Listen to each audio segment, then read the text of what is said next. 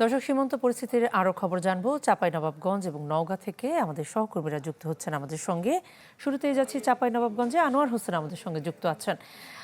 আনোয়ার, আমরা 15 জনকে পুশিং চেষ্টার ব্যর্থ হওয়ার কথা জানতে পারলাম, সেই 15 জনের পরিচয় কি জানা গেছে এবং সীমান্ত এলাকার পরিস্থিতি কি? নগদ নিয়ে এলো হার না মানা হার অফার। সর্বনিম্ন 10,000 টাকা রেমিটেন্স নগদে পাঠালে থাকছে স্বর্ণের হার জেতার সুযোগ। কণা, চাঁপাইনবাবগঞ্জ সীমান্তে এই মুহূর্তে পরিস্থিতি, সবশেষ পরিস্থিতি যদি আমি আপনাকে বলি, তো সীমান্তের পরিবেশ এই মুহূর্তে শান্ত এবং স্বাভাবিক রয়েছে। তবে গতকাল রাতের ঘটনার পর পুরো নদীপথ জুড়ে বিজিবি সতর্ক অবস্থানে রয়েছে। পাশাপাশি টহল এবং নজরদারিও জোরদার করা হয়েছে, যাতে নতুন করে কোনো ধরনের পুশিং বা অবৈধ অনুপ্রবেশের কোনো ঘটনা না ঘটে। তো এই মুহূর্তে আমি আছি চাঁপাইনবাবগঞ্জের রকুনপুর সীমান্তে, এবং আপনি আমার পেছনে ক্যামেরায় দেখতেই পাচ্ছেন সেই বিশাল নদীপথ, যে নদীপথ দিয়ে গতকাল রাত 1টার দিকে ওই 15 জন নারী, শিশু এবং পুরুষ যাদের পুষণের চেষ্টা করা হয়, এবং যাদের মধ্যে 2 জন পুরুষ, 8 জন নারী এবং 5 জন শিশু ছিল। তো এর পরবর্তীতে স্থানীয়দের সহায়তায় বিজিবি কঠোর অবস্থান নেয় এবং এতে পুষণের সেই চেষ্টা ব্যর্থ হয়, এবং পরে বিএসএফ তাদের ভারতের অভ্যন্তরে ফিরিয়ে নিয়ে যেতে এক প্রকার বাধ্য হয়। তো এই বিষয়ে নওগাঁ ব্যাটালিয়ন 16 বিজিবির অধিনায়ক লেফটেন্যান্ট কর্নেল মোহাম্মদ আরিফুল ইসলাম মাসুম তিনি আমাদেরকে জানিয়েছেন যে সীমান্তে পুশিং, অবৈধ অনুপ্রবেশ এবং সব ধরনের অবৈধ পারাপার ঠেকাতে বিজিবি সর্বোচ্চ সতর্ক অবস্থানে রয়েছে। বিশেষ করে নদীপথ ও ঝুঁকিপূর্ণ এলাকাগুলোতে নজরদারি এবং টহল আরো জোরদার করা হয়েছে। যে কোনো ধরনের অপতৎপরতা কঠোরভাবে প্রতিহত করা হবে বলেও তিনি আমাদেরকে নিশ্চিত করেছেন। এছাড়া স্থানীয়দের সাথে আমরা কথা বলেছি সীমান্তে আসার পর, তারা যেমনটি আমাদেরকে জানিয়েছেন যে সাম্প্রতিক সময় এমন ঘটনার পুনরাবৃত্তি তাদের মধ্যে এক ধরনের উদ্বেগ তৈরি করেছে।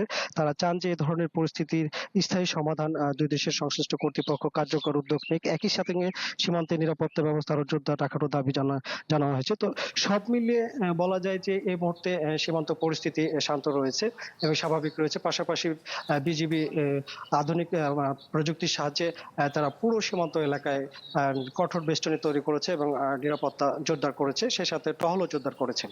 তখন আনোয়ার, ছিল আমার আপনাকে কাছে ধন্যবাদ। আমাদের সঙ্গে হারুন রশিদ চৌধুরী যুক্ত আছেন নওগাঁ থেকে। আমরা তার কাছে একটু জানতে চাই যে নওগাঁ বিজিবির যে ব্যাটালিয়ন আছে তাদের প্রচেষ্টাতে এই পুশিং চেষ্টা প্রতিহত করা হয়, আপডেট জানাবেন সবশেষ। আমরা এই মুহূর্তে আছি নওগাঁর যে ধামইরহাট উপজেলা আছে, সেখানে কালুপাড়া যে সীমান্ত এলাকা, সেখানে আছি।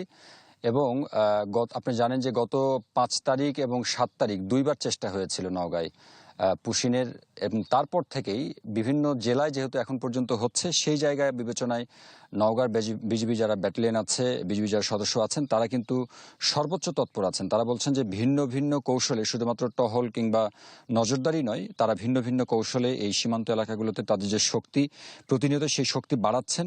পাশাপাশি স্থানীয় লোকজনদেরকে কানেক্ট করবার জন্য তারা আসলে নানা রকম কর্মসূচি পালন করছেন। বিশেষ করে জেলা প্রশাসন, আনসার সহ সকলের সম্মিলিত প্রচেষ্টায় তারা নানা রকম মানুষজনদেরকে নিয়ে এই আপৎকালীন সময়ে যেহেতু এলাকাবাসীদেরকে তারা যাতে করে কাছে পান, সেই দিক বিবেচনায় তারা নানা রকম কর্মকাণ্ড চালাচ্ছেন। আমরা জানলাম যে আগামী 2 দিন বা 3 দিন পরে এখানে একটি ফ্রি মেডিকেল ক্যাম্পেরও একটা আয়োজন করা হয়েছে। সেটির উদ্দেশ্য তো স্বাস্থ্যসেবা নিশ্চিত করা, পাশাপাশি স্থানীয় মানুষজনদেরকে বোঝানো যে এরকম সময়ে বিজিবির পাশে যাতে তারা করে থাকেন। এবং আপনি জানেন যে এই সময়টাতে প্রত্যেকটা গ্রামবাসী যারা আছেন তারা কিন্তু একজন সৈনিকের মতো করে কাজ করছেন।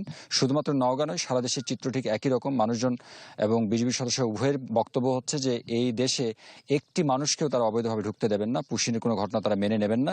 পাশাপাশি শুধু পুশিন নয়, সীমান্তের যে কাঁটাতার সেটি নিয়ে বাড়াবাড়ি বলেন কিংবা সীমান্তে নির্যাতন, সেটি বন্ধেও কিন্তু তারা নানাভাবে আসলে কাজ করে যাচ্ছেন। মোটামুটি এরকমটা ছিল। বিশেষ করে এখন নদীপথ যেগুলো আছে, বিশেষ করে নওগাঁ অংশে যে পুনর্ভবা নদী আছে, সেই অংশে কিন্তু বিশেষ নজরদারি বাড়ানো হয়েছে, যে নদীপথ দিয়ে আসলে এই সময়টাতে বিএসএফ যেহেতু চেষ্টা করছে যে বাংলাদেশের মধ্যে অবৈধ যারা আছে তাদেরকে ঠেলে দেবার জন্য, সেটি যাতে না করতে পারে সেই দিক বিবেচনায় কিন্তু এই চেষ্টাটা অব্যাহত আছে। মোটামুটি এরকমটা ছিল। সীমান্তে ঘটে যাওয়া যে কোনো ঘটনা আপনাদেরকে তৎক্ষণাৎ জানাই দেওয়া হবে। হারুন, আপনাকে ধন্যবাদ। দর্শক, আমাদের সহকর্মীরা যুক্ত হয়ে জানাচ্ছিলেন সীমান্ত পরিস্থিতি।